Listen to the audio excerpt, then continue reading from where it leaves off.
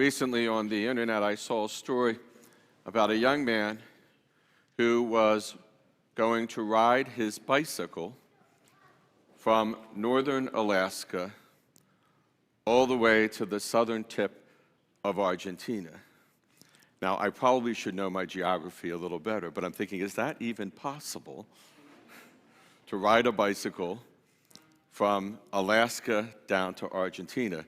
So I Googled world map, and I looked, and it is possible. You can get there. There's the Panama Canal, but I guess there's something that gets over the Panama Canal that gets you to the tip of Argentina. Now, for me, riding a bicycle from Alaska to Argentina is not possible. I have no desire to try it. For many of us, it's probably not possible.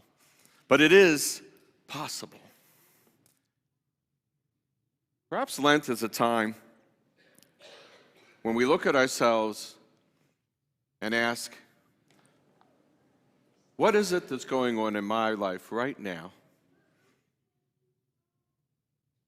that maybe I need to change, or I feel God and somehow wants me to change, wants me to do differently so that I can follow him more closely, but I think it's impossible. Somebody else might be able to do that, but I'm not going to be able to do that. Maybe we find ourselves in a situation and we're holding on to a resentment or anger or lack of forgiveness. And somewhere inside we know it would be good for me to let go of all this. But we think it's impossible. Maybe there's some addiction or something happening in our lives that is leading us farther away from the Lord, and we know it will be better for us to give it up, to go in a different direction, but we think it's impossible. And perhaps it's impossible because we're trying to use our strength. Perhaps it's impossible because we're looking at the world around us and what the world might say when it comes to certain things, and not pausing and looking at what God would have us do. With God, many of the things that we think are impossible are possible when we don't try to go it alone, but we use his strength. God put Abraham to the test. He asked Abraham to sacrifice his son Isaac. And Abraham must have felt, that's not possible. Why would you ask me to do that? I can't do that. But what does Abraham do? Somehow, some way, he trusts so much in God that he goes and is prepared to do just that, put his son to death. And then God says, no, I see now that you trust me. I see now that you're faithful to me. Do not take your son's life. Perhaps God is asking us to sacrifice something today. To let go of something today. To let something perhaps die in us today. That resentment, that anger, that addiction, that behavior that's leading us farther away from him.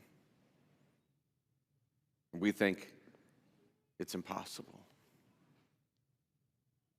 Perhaps we sit here and we say, you know, at least once a month we probably hear the word trust. And I know somewhere inside I'm supposed to trust God. But so many days it just seems impossible. Perhaps our prayer is, God, give me the grace to believe that it is possible to trust you. That's an okay prayer. God, give me the grace to believe that it is possible to trust you. And I will make your descendants as countless as the stars of the sky. Abraham had to be sitting there going, yeah, well, I don't think that's going to happen, but okay.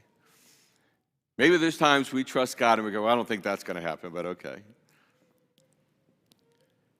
There could be a lot of peace in just saying, okay, God, I don't get it. I don't understand. But I'm going to trust you. St. Paul, brothers and sisters, if God is for us, who can be against us? Do we believe that God is for us? Or do we think God's for everybody else? Do we believe that God wants to walk with us? Or do we believe he's just walking with everybody else? Think how much more we would be able to do if we consciously walked with the Lord every day. That doesn't mean we're going to succeed at everything, but we'll have a different perspective. Jesus it is who died, or rather was raised from the dead, and intercedes for us. Lent is about the fact that Jesus was willing to die, but that wasn't the end. We're going to celebrate the resurrection, and he intercedes for us. That's why the prayer, God be with me. That's how we believe that the possible is possible, even when we think it's impossible. God be with me. And then the familiar gospel. Jesus was transfigured. He was changed before them. He became a dazzling white. Whatever we might be feeling inside of us that we need to change, no matter how small or how large, it is possible. So many times we can let the words, it's not possible, overtake the words that it is possible. Perhaps every day we simply say, God, give me the grace to believe that things are possible with you. And give me the grace to know when to say yes, when to say no. To know that there may be times you're not asking me to do something and I want to do it. And that's okay. This is my beloved Son. Listen to him. It is possible that we could listen to him. What if every one of us in church today, everyone streaming, decided when we left church today we're going to listen to him? Especially as you're trying to get out of church in the new lights and all the trouble that's happening out there in the parking lot. Yeah. What if we strove to just listen to God? So for me personally, riding on a bicycle from Alaska to Argentina is not possible. But it is possible. You can do it. You can make it the whole way. So whatever we today think is impossible, we ask God for the grace to believe that it is possible. Whatever changes he's asking us to do, whatever he's asking us to let go of, may we walk with the Lord each day. And we just might be amazed. You might just find that what we thought was impossible is possible.